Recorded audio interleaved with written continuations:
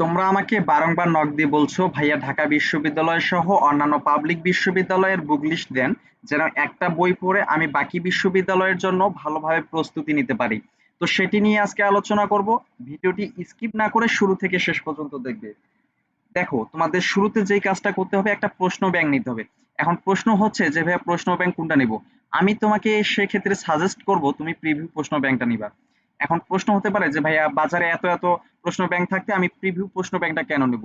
বাজারে তো জয়কলি আছে, পানকৌড়ি আছে, অনেক তো বই আছে, তাহলে আমি প্রিভিউটা কি জন্য নিব? দেখো ভাইয়া, দিন শেষে দেখা যায় 70 থেকে 80% মধ্যবিত্ত পরিবারের সন্তানরা কিন্তু অ্যাডমিশন প্রস্তুতি নেয়। তো সেক্ষেত্রে তোমার বারবার হচ্ছে প্রতিটা বিশ্ববিদ্যালয়ের জন্য প্রশ্ন ব্যাংক কিনা কিংবা হচ্ছে পরিবার থেকে বারবার টাকা নিয়ে প্রশ্ন ব্যাংক কিনাটা অনেক টাফ হয়ে যায়।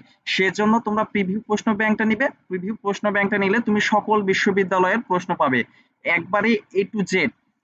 ঢাকা বিশ্ববিদ্যালয় থেকে শুরু করে গুচ্ছ বিশ্ববিদ্যালয় পর্যন্ত প্রতিটা বিশ্ববিদ্যালয়ে তুমি কোশ্চেন ব্যাংক কিন্তু পেয়ে যাবে। তাহলে এক খরচেই তুমি যদি এতগুলো প্রশ্ন ব্যাংক পাও বা এতগুলো বিশ্ববিদ্যালয়ের প্রশ্ন ব্যাংক পাও, তাহলে তোমার জন্য ভালো না, কিংবা তোমার পরিবারের জন্য অনেক হেল্প হয় না?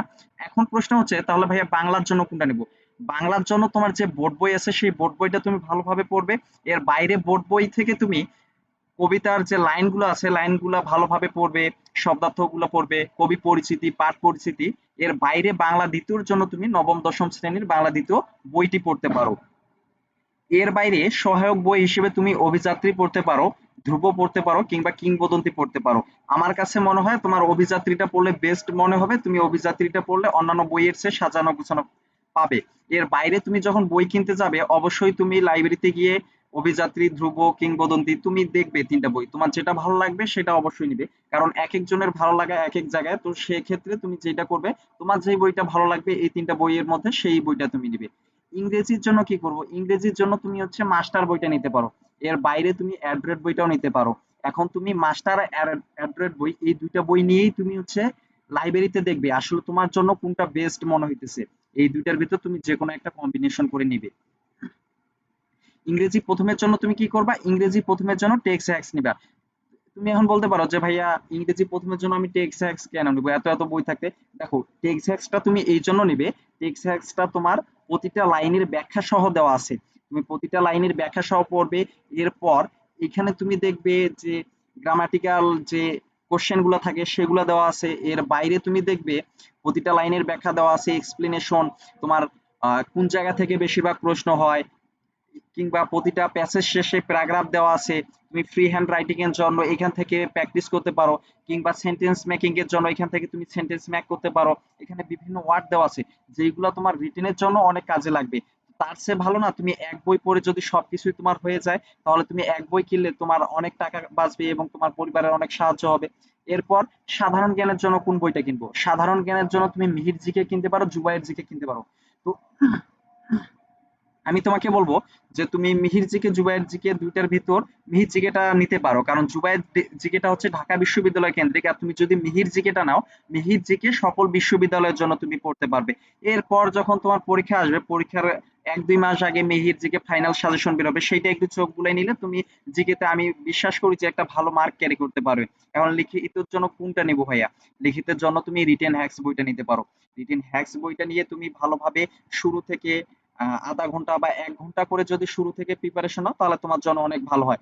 এর বাইরে তোমার যে ইংরেজি প্রথম পত্র বোর্ড বই আছে সেই বোর্ড বইটা তুমি ভালোভাবে পড়বে এবং সেখান থেকে প্যাসেজ গুলো পড়ে সেখান থেকে তুমি নিচে লেখার ট্রাই করবে। তুমি যখন নিচে লেখার ট্রাই করবে তাহলে তোমার ফ্রি হ্যান্ড রাইটিং এ অনেক দক্ষ হবে এবং পরবর্তীতে পরীক্ষার জন্য তোমার অনেক হেল্প হবে।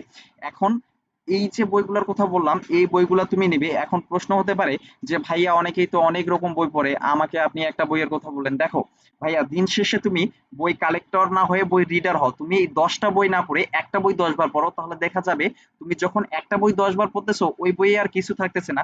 তুমি দেখবা পরীক্ষার শেষে বা যখন তুমি মডেল টেস্ট দিবা কিংবা হচ্ছে বিভিন্ন এক্সাম টেস্ট এক্সাম দিবা বা কোচিং এ এক্সাম দিবা, তখন তোমার কাছে মনে হবে যে না আসলে তোমার পড়াটা অনেক এগিয়ে আছে বা তুমি অনেকের চেয়ে এগিয়ে আছো। কিন্তু তুমি যখন 10টা বই পড়বা তখন দেখা যায় যে তুমি সবকিছু এলোমেলো করে ফেলছো, গুছাই ফেলতে পারো নাই, কিংবা সবকিছু তোমার কাছে এলোমেলো মনে হচ্ছে। পরীক্ষার শেষে বা পরীক্ষার শুরুতে এসে তোমার মনে হবে যে আমি কিছুই পড়ি নাই, আমি কিছুই পারতেছি না। তার জন্য আমি তোমাদের বারংবার একটা কথা বলি যে তুমি বই রিডার না হয়ে, বই কালেক্টর না হয়ে বই রিডার হও। তুমি 10টা বই না পড়ে একটা বই 10 বার পড়ো।